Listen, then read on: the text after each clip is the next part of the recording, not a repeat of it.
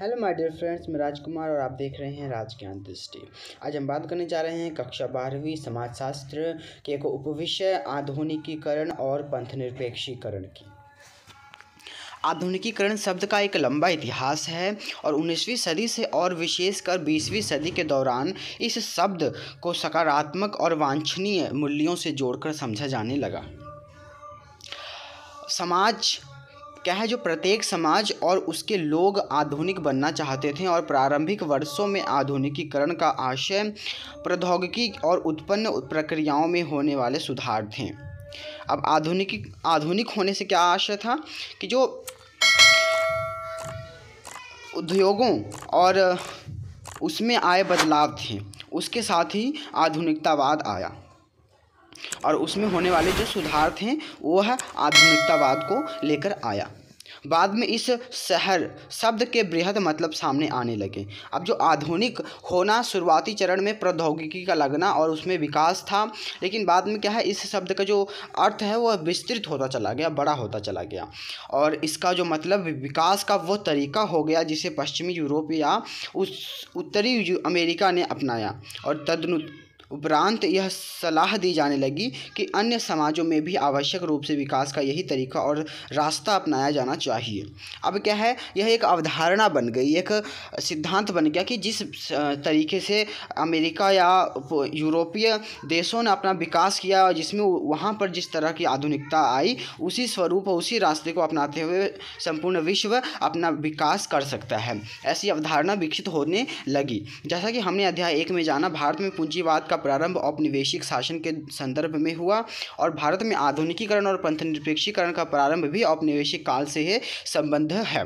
जैसा कि हमने अध्याय 1 में पढ़ा है कि जो औपनिवेशिक देन है क्या, पूंजीवाद, तो उसी तरह से जो आधुनिक और पंथनिरपेक्षीकरण है वह भी उपनिवेशिक काल से ही भारत में शुरू हो गया था और परंतु यह क्या है, पश्चिम में हुए वृद्धि से अलग है। अब पश्चिम में जिस तरह का जो आधुनिकीकरण और पंथनिरपेक्षीकरण हुआ, उससे भारतीय जो औपनिवेशिक काल से जो अब तक आधुनिकीकरण और पंथनिरपेक्षीकरण हुआ है वह पश्चिमी से बिल्कुल अलग है और भारतीय अनुभव इन मामलों में पश्चिमी अनुभव से गुणात्मक रूप से भिन्न लगता है और इसके साक्ष्य के तौर पर आप 19वीं शताब्दी में हुए समाज सुधारक आंदोलनों का श्रवण कर सकते हैं, जिसके बारे में इस पाठ के पूर्व में बताया गया है।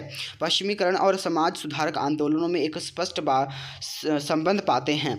अब हमने उदाहरण के रूप में समझा कि किस तरह से समाज सुधारक आंदोलन जब हुए तो वहाँ पर आधुनिक बनने और आधुनिक युग की कल्पना और आधुनिक युग के विकास के लिए जो आंदोलन छिड़ा, उसमें क्या है, अपनी परंपरा को बिना गवाए और अपनी परंपरा को बचाए रखने की भी सवाल खड़े हुए और उसको बनाए रखना भी एक जिम्मेदारी समझी गई और उसको बनाया रखा गया। तो हमने अपनी परंपरा और अपनी संस्कृति को पूरी तरह से अपना नहीं छोड़ा, बल्कि हम आधुनिकता को उस परंपरा में जोड़ते चले गए। तो अब आगे हम पाते हैं कि भारतीय जो संदर्भ में क्या आधुनिकीकरण और पंथनिरपेक्षीकरण की चर्चा एक साथ करेंगे, दोनों को एक साथ पढ़ा जाएगा और क्योंकि ये दोनों प्रक्रियाएं क्या हैं, परस्पर संबंधित है, आपस में जुड़ी हुई हैं, इसलिए इन दोनों को साथ पढ़ना जरूरी है और ये दोनों ही आधुनिक विचारों का एक हिस्सा हैं। और समाजशास्त्रियों ने आधुनिकीकरण की प्रक्रिया की परिभाषा करते हुए इसके तत्वों को सामने लाने का प्रयास किया है।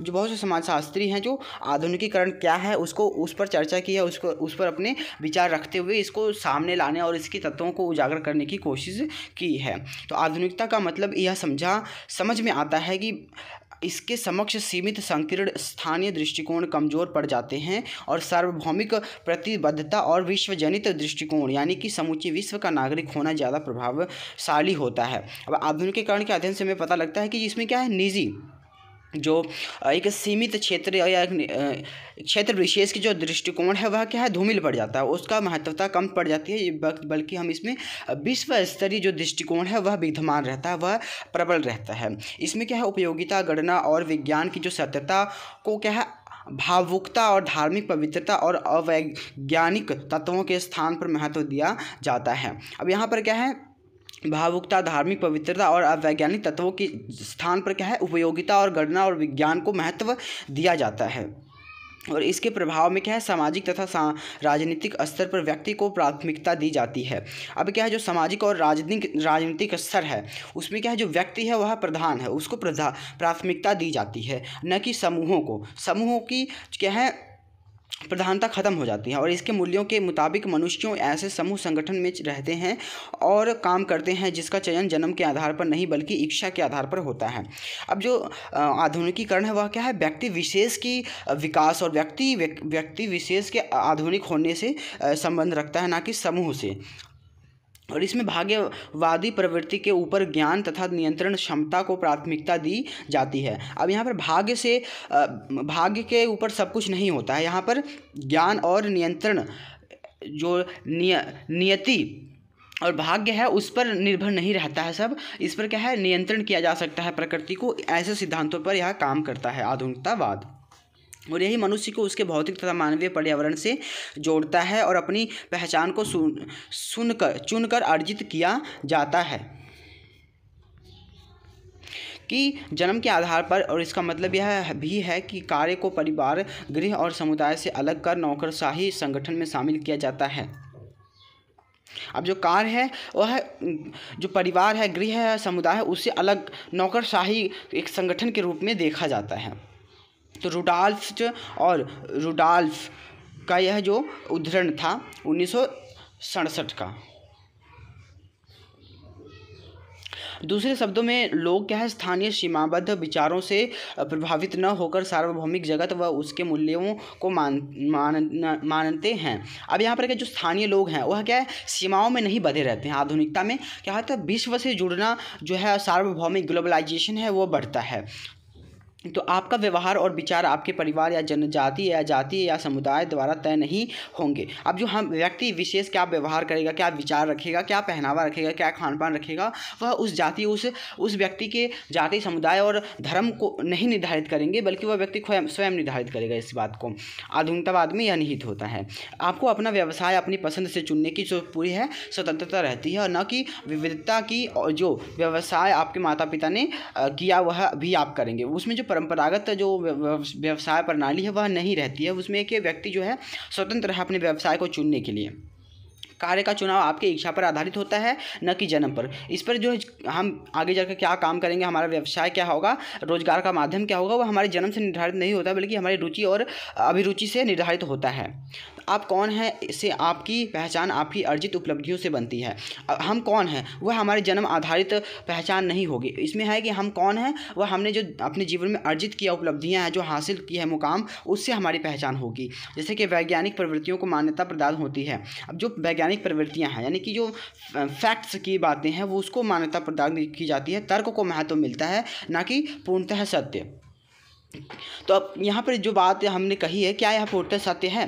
तो भारत में क्या है, रोजगार का चयन पसंद के आधार पर नहीं हो पाता है। अब जो भारत में रोजगार है, व्यक्ति जो इच्छा रखता है उसको वह रोजगार मिल नहीं पाता है। एक सफाई कर्मी को अपने काम को चुनने का अधिकार नहीं है। अब जो सफाई कर्मी है वह भला क्यों कहेगा कि मैं सफाई का काम करूँ, वह चुनने का अधिकार नहीं मिलता उसे। हम सामान्यतः विवाह जाति और समुदाय के अंदर करते हैं। अब हम अपनी जाति और अपने विवाह को लेकर हम स्वतंत्र नहीं हो पाते। तो क्या हम आधुनिक बन पाए हैं? हम अपनी जाति के अंदर ही विवाह करना है, उसकी हमें एक विविधता रहती क्या है, उसके लिए हमें बंधे होते हैं सामाजिक बंधनों से। तो हम क्या आधुनिक बन पाए हैं? तो हमारे क्या है, धार्मिक विश्वास हमारी और ज़िंदगी में महत्वपूर्ण होते हैं। अब क्या है, धार्मिक विश्वास, धार्मिक आस्थाएं हैं, और क्या हमारे लिए सर्वोच्च हो जाती हैं भारतीय समाज में। तो भारतीय समाज क्या हम कह सकते हैं कि आधुनिक बन पाया है। तो इस सबके साथ साथ हमारी एक वैज्ञानिक परंपरा भी है। अब हम क्या वैज्ञानिक परंपरा को भी निभाते हैं, साथ ही हम धार्मिक भी हैं और साथ साथ वैज्ञानिक और आधुनिक भी हैं। तो हमारी एक सक्रिय तथा प्रभावशाली पंथ निरपेक्ष व राजनीतिक व्यवस्था भी है, लेकिन इसके साथ ही हमारी जाति एवं समुदाय में गतिशीलता भी पाई जाती है। अब क्या है, पश्चिमी जो आधुनिकीकरण है और धर्मनिरपेक्षतावाद है, हमने ऊपर पढ़ा कि किस तरह से उसमें व्यापक अर्थ हैं उसके, लेकिन भारतीय संदर्भ में क्या है, उसी तरह के उसी स्वरूप में हमने आधुनिकतावाद और धर्मनिरपेक्षतावाद को नहीं अपनाया। हम अगर राजनीतिक गतिविधियों में शामिल रहते हैं, राजनीतिक व्यवस्था में अपना प्रभुत्व रखते हैं, तो हम जो जाति समुदायों में गतिशीलता हमारी वह भी परस्पर रहती है। तो हम इन प्रक्रियाओं को कैसे समझेंगे? अब हम दोनों तरीके से दोनों में तालमेल बिठाकर चलते हैं। तो इस अध्याय में इन्हीं मिश्रित प्रक्रियाओं और उनके कारणों को समझने की चेष्टा की गई है और हम आज कल के सामाजिक सांस्कृतिक व्यवहार को प्रायः परंपरा तथा आधुनिकता का एक जटिल मिश्रण कहकर सरलीकृत उत्तर देने की कोशिश करते हैं। अब हम क्या कह देते हैं कि जो हमारी जो सांस्कृतिक व्यवहार है, उसकी परंपरा है, वह क्या आधुनिकता का एक जटिल मिश्रण है। संस्कृति और आधुनिकता का हमारा एक जटिल मिश्रण है समाज। तो हम एक उत्तर देने की कोशिश करते हैं ऐसा कहकर, जबकि इनके अपने निर्धारित सत्व हैं और इस प्रकार से जटिलता को सरल बनाने की प्रवृत्ति बहुत सही नहीं है। अब हमने इतनी जटिल प्रक्रिया को एक बस कह दिया कि जो हमारी परंपरा है और आधुनिकतावाद है, इसका मिश्रण ही हमारा व्यवहार और हमारी जो आधुनिकता है वह है। तो इस जटिल प्रक्रिया को हमने एक सरल प्रवृत्ति कह दिया है, जो कि सही नहीं है। अर्थात में इससे भी क्या है, भ्रांति उत्पन्न होती है कि भारत में एक ही समय पर क्या है, परंपराओं का समुच्चय है अथवा था। और हमने पहले ही देखा है कि भारत में इन परंपराओं की पहचान दो मुख्य गुणों से होती है, बाहुल्यता एवं तर्क वितर्क की परंपरा। अब क्या है, जो परंपराएं हैं उनसे दो पहचान होती है, दो गुणों से पहचान होती है, इसकी बाहुल्यता एवं तर्क वितर्क की जो परंपरा है उससे। तो भारतीय परंपराओं में लगातार परिवर्तन होते रहे हैं और उन्हें पुनर्परिभाषित करने की जो सामाजिक बौद्धिक चेष्टा कभी नहीं रुकी है। अब जो भारतीय समाज में जो परिवर्तन होते रहते हैं, जो तो उनको परिभाषित करने की जो बौद्धिक चेष्टा है वह भी नहीं रुकी है, उसको भी परिभाषित समय समय पर किया जाता रहा है। तो हमने इसका साक्ष्य 19वीं सदी के समाज सुधारकों और उनके आंदोलनों में देखा है। तो समाज सुधारक और जो 19वीं शताब्दी के समाज सुधारक थे और 20वीं शताब्दी के शुरुआती चरणों में उन्होंने उस समय के हिसाब से उस भारतीय समाज को और किस तरह से परिभाषित किया, हमने उसको भी देखा। और ये प्रक्रियाएं आज भी जीवंत हैं और नीचे दिए गए बॉक्स में ऐसे ही एक प्रक्रिया का वर्णन किया गया है जो अरुणाचल प्रदेश में देखने को मिलता है। इससे पहले हम ऊपर दिए गए एक बॉक्स को पढ़ लेते हैं। बॉक्स 2.7 को हम पढ़ेंगे। इसमें लिखा है कि जैसे जैसे आधुनिकीकरण की प्रक्रिया में तेजी आई और विकास की गति बढ़ी और धर्म तथा विभिन्न प्रकार के उत्सवों त्योहारों को मानना और विभिन्न धार्मिक कृतियों, विभिन्न समारोहों के समायोजन और इन समारोहों से जुड़े निषेध, विभिन्न प्रकार के दान एवं उनके मूल्य इत्यादि में निरंतर परिवर्तन आया और विशेष रूप से यह परिवर्तन निरंतर बढ़ते और परिवर्तित होते हुए नगरीय क्षेत्र में हुआ। अब क्या है, जैसे जैसे आधुनिकीकरण बढ़ता गया भारत में, वैसे वैसे क्या है, जो हमारी धार्मिक मान्यताएं हैं, हमारे उत्सव, हमारे त्यौहार मनाने का जो तरीका है उस और हमारे जो समारोह हम करते हैं उसमें क्या है, यह सभी जो धार्मिक आधुनिक मूल्य हैं, आधुनिक जो प्रक्रिया है उसमें जुड़ती चली गई। हमारे उसी परंपरागत त्यौहारों और धार्मिक कृतियों और समारोहों में क्या है, वह आधुनिकतावाद जुड़ता चला गया। हमने परंपराओं को छोड़ा नहीं, बल्कि आधुनिकता को उसमें हम जोड़ते चले गए। तो यह सब नगरीय क्षेत्र के विस्तार से हुआ। और भी इस परिवर्तनात्मक दबाव में क्या है, जनजातीय पहचान की अवधारणा में एक प्रतिक्रिया हुई और एक जटिल जनजातीय के होने के नाते पारंपरिक व्यवहारों और उनमें निहित मूल्यों के संरक्षण को जरूरी समझा जाने लगा। और आधुनिकीकरण के तहत जो नारे बुलंद किए गए थे, जैसे कि संस्कृत समाप्त, पहचान समाप्त, उसे एक प्रकार का जवाब मिला। अब क्या है, अगर कहा गया कि संस्कृति हमारे समाज में आधुनिकता बढ़ रहा है तो उससे क्या हमारी संस्कृति समाप्त हो जाएगी, हमारी पहचान समाप्त हो जाएगी। लेकिन ऐसा नहीं हुआ। हमने अपनी संस्कृति, अपनी पहचान को बनाए रखा और साथ ही साथ हम आधुनिकता को उसमें हम जोड़ते चले गए। तो इस तरह से जो ये नारा बुलंद हुआ था उसको हमने गलत साबित कर दिया और इसको एक जवाब मिला। तो समाज में हो रहे क्या है, पारंपरिक चेतना के नवजागरण के रूप में देखा जा सकता है इस बात को। और त्योहारों का जो सामूहिक तौर पर मनाया जाना और तथा रीति रिवाजों के प्रति रुझान को इसी सामाजिक प्रक्रिया के रूप में समझा जा सकता है। आज के जनजातीय समाज में यह बहुत स्पष्ट रूप से देखा जा सकता है। और पहले पारंपरिक तरीके से सामाजिक समूह त्योहारों को मनाते थे और उस समूह को सामाजिक मान्यता भी होती थी और उसमें एक प्रकार की औपचारिकता भी थी। और उस अब क्या है, उनकी जो जगह पर त्यौहार मनाने की जो समितियां बनने लगी हैं और जिनकी रचना में एक प्रकार की आधुनिकता होती है और परंपरागत रूप से त्योहारों के दिन मौसम चक्र के आधार पर तय किए जाते हैं, जबकि उत्सव के दिन औपचारिक तरीके से सरकारी कैलेंडर के द्वारा तय किए जाते हैं। अब क्या है, जो जो त्यौहार है मनाने के जो तरीके हैं उसमें क्या है, उसको मनाने का जो तरीका है उसमें भी परिवर्तन हो गया। अब हम समितियों के द्वारा गठन कर और उन समारोहों और उसको एक इवेंट के तौर पे मनाना शुरू कर दिया हमने। अब त्योहारों को क्या है, मौसम और चक्र के आधार पर तय किए जाने लगे जो त्यौहार हैं उनको। अब क्या है, जो हमारे जो सरकार उत्सव हैं या कोई समारोह है उसको हमने सरकारी कैलेंडर देखा और उसके हिसाब से हमने तय कर लिया अपने समारोह और उत्सवों को। हम ना कि हमने पारंपरिक कुंडली निकाली या हमने मुहूर्त निकाल कर कोई काम ऐसा किया, ऐसा अब कम होने लग गया। अब किसी काम को, किसी समारोह को आयोजन करने के लिए हमने कुंडली या दिन पता निकालने की ज़रूरत नहीं है, बल्कि हमने एक कैलेंडर उठाया और उसमें से हमने अपने एक दिन सुनिश्चित किया और उस दिन हमने वह समारोह आयोजन कर दिया। इन त्योहारों को मनाने में झंडे की कोई विशेष डिज़ाइन नहीं होती है, न ही कोई मुख्य अतिथि के भाषण होते हैं, न ही मिस उत्सव प्रतियोगिता होती है। लेकिन अब यह सब नई आवश्यकताएं बन गई हैं। पहले क्या हुआ करता था कि इस तरह से हमने जो त्यौहार मनाया करते थे और उसमें क्या है, कोई मुख्य अतिथि नहीं हुआ करता था, कोई झंडा, कोई डिज़ाइन नहीं हुआ करता था, कोई प्रतियोगिता नहीं हुआ करती थी। लेकिन आजकल क्या है, जैसे जैसे तार्किक अवधारणाएं एवं विश्व दृष्टि जनजातियों के दिमाग में जगह बनाती जा रही है, वैसे वैसे पुराने व्यवहार और समारोह पर प्रश्न उठाए जा रहे हैं। अब हम आजकल देखते हैं त्यौहार हम आज भी मना रहे हैं, उत्सव हम आज भी बना रहे हैं, अपनी संस्कृति को हम आज भी पालन कर रहे हैं, लेकिन उसमें नया रूप जुड़ गया है। क्या है कि आजकल हम त्योहारों को एक समारोह के रूप में मनाते हैं, एक प्रतियोगिता के रूप में मनाते हैं, एक उसमें कोई मुख्य अतिथि बनकर आता है, उसको एक इवेंट के तौर पे हमने उसको मैनेज करना शुरू कर दिया है। तो हमारा जो त्यौहार को मनाने का जो तरीका है कुछ इस तरीके से बदल चुका है, आधुनिक हो गया है।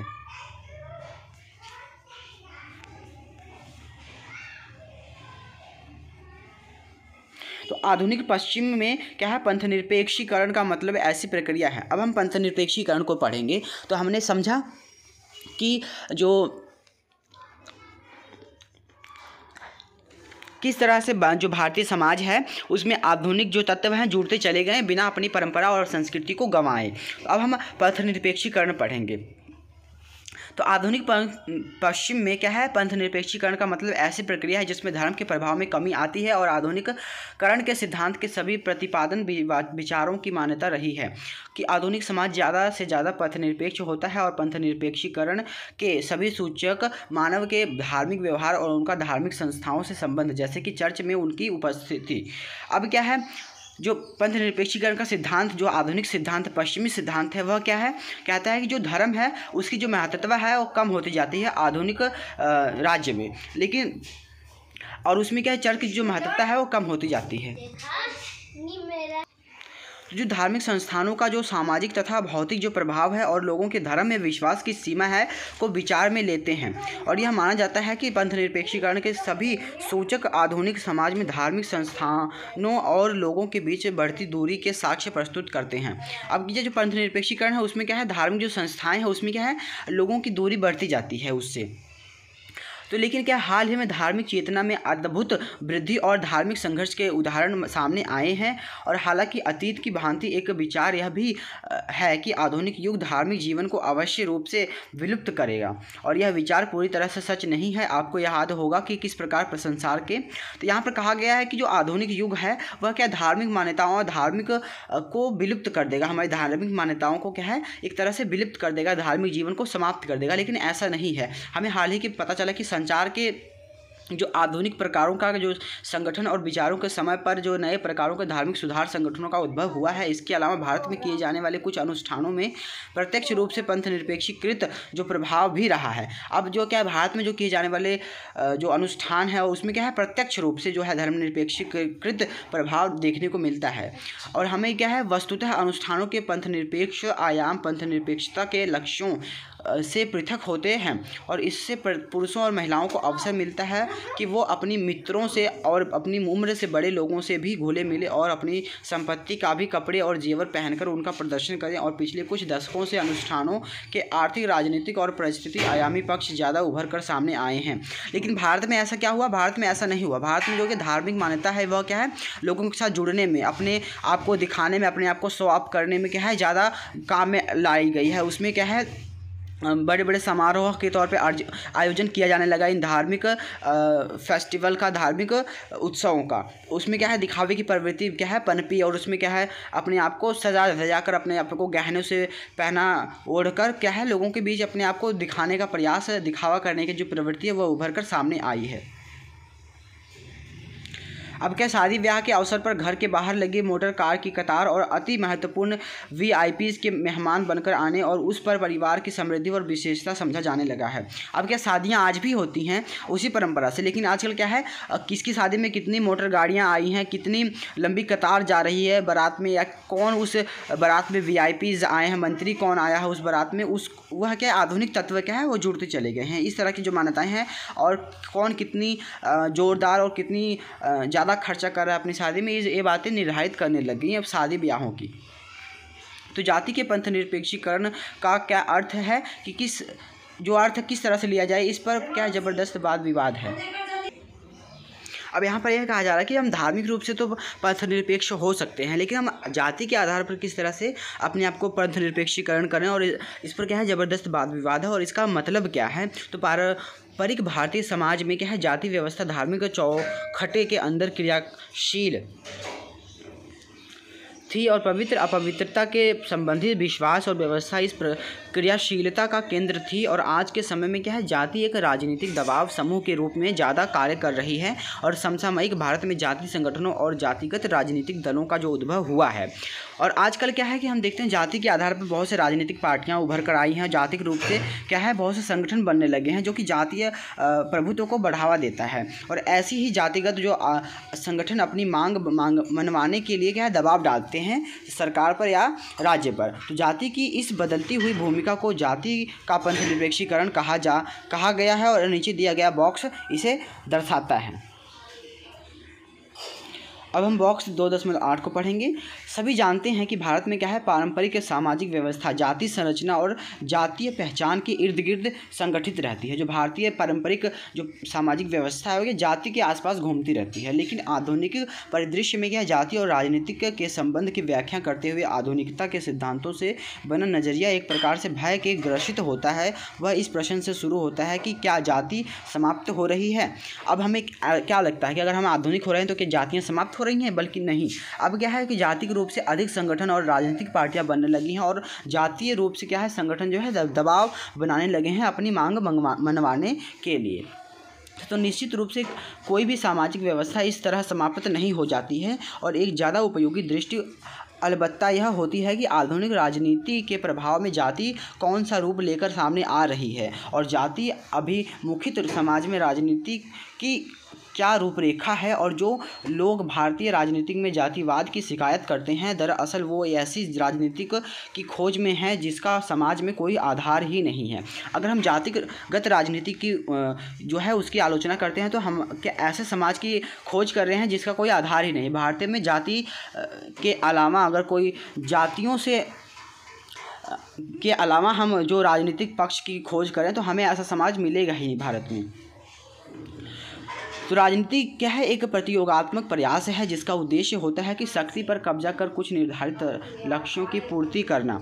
अब जाति की क्या काम है कि जाति का काम उद्देश्य है कि जो हम एक शक्ति क्या है उस पर कब्जा करें और क्या है निर्धारित लक्ष्यों की जो पूर्ति करें। और कुछ महत्वपूर्ण बात संगठन का होना तथा सहायकता का है निरूपण है। और जहाँ राजनीतिक जन आधारित हो वहाँ ऐसे संगठन द्वारा जिससे जन साधारण का जुड़ाव हो सहायता का रूपण किया जाता है। और इसका तात्पर्य यह है कि जातीय संरचना एक ऐसा संगठनात्मक समूह प्रदान करती है जिसमें जनसंख्या का एक बड़ा भाग निवास करता है, और राजनीतिक को ऐसी संरचना के माध्यम से व्यवस्थित करने का प्रयत्न करना चाहिए। अब राजनीतिज्ञ जाति समूहों को इकट्ठा करके अपनी शक्ति को संगठित करते हैं, जहाँ अलग प्रकार के समूह और संस्थाओं के अलग आधार होते हैं और राजनीतिज्ञ उन तक भी पहुँचते हैं। और जैसे कि वे कहीं पर भी ऐसे संस्थाओं के स्वरूपों को परिवर्तित करते हैं, वैसे ही जाति के स्वरूपों को भी परिवर्तित करते हैं। अब हमारी पूरी चर्चा का निष्कर्ष क्या निकलता है, तो इस अध्याय में भारत में सामाजिक परिवर्तन लाने वाले विभिन्न तरीकों को दर्शाया गया है। अब जो भारत में किस किस तरह के जो सामाजिक परिवर्तन हैं उस लाए गए, उसको अलग अलग विषयों और अलग अलग स्तर पर हमने उसको पढ़ा और औपनिवेशिक अनुभवों के परिणाम स्वरूप जो दीर्घकालिक थे, इसमें हमने पढ़ा जो औपनिवेशिक अनुभव हमारे थे उस समय हमने किस तरह के बदलाव को झेला उसको हमने पढ़ा, और इनमें से और जो उसके परिणाम आज तक हमें देखने को मिलते हैं उसको हमने जाना। और इनमें से बहुत से अनैच्छिक और विरोधाभासी थे। अब क्या है, कुछ अनैच्छिक और कुछ विरोधाभासी भी थे जो बदलाव हुए उसको हमने जाना। और आधुनिकता के पश्चिमी विचारों ने भारतीय राष्ट्रवादियों की काल्पनिकता को निर्मित किया और कुछ पारंपरिक शास्त्रों और ग्रंथों को एक नया दृष्टिकोण देने के तत्पर हुए, जबकि एक अन्य समूह ने इन पारंपरिक ग्रंथों को अमान्य करार दिया और पश्चिमी जो सांस्कृतिक स्वरूपों की जो हमारे समाज में पैठ हुई, अब इससे क्या अनुरूप ही एक नया प्रकार के सामाजिक व्यवहार के मापदंड सामने आए कि पुरुषों स्त्रियों को बच्चों का आचरण किस प्रकार का हो, और कलात्मक अभिव्यक्तियों में भी इसकी जो छाप है नज़र आती है। और हमारे समाज सुधार आंदोलनों और राष्ट्रीय आंदोलनों पर पाश्चात्य समानता और प्रजातंत्र के विचारों का गहरा प्रभाव पड़ा। और इन सबसे एक और जहाँ पश्चिमी विचारों को भारतीय समाज में स्वीकृति मिली, वहीं दूसरी तरफ भारतीय परंपरा पर प्रश्न किए गए। अब क्या है, जहाँ पर हमने आधुनिकता को अपनाया वहीं भारतीय परंपरा पर भी प्रश्न खड़े हुए और उसकी क्या है पुनर्व्याख्या भी की गई। और अगला अध्याय भारत में के क्या प्रजातांत्रिक अनुभवों के बारे में है, और जिसमें पुनः यह दर्शाया गया है कि कैसे एक अत्यधिक असमानता वाले समाज में समानता एवं सामाजिक न्याय के मूलभूत विचारों पर आधारित संविधान को लागू किया गया। और इस अध्याय में पुनः दर्शाया गया है कि कैसे कोई जटिल तरीकों से हमारे समाज में परंपरा और आधुनिकता को लगातार पुनर्परिभाषित किया जाता है। अब किस तरह से परंपराएं बदलती हैं और को किस तरह से उनको पुनः परिभाषित किया जाता है, और किस तरह से जो है सामाजिक समानता एवं सामाजिक न्याय के आधार पर क्या है हमने एक नया संविधान बनाया और उसको लागू किया, उसको हम अगले अध्याय में पढ़ेंगे। तब तक के लिए धन्यवाद।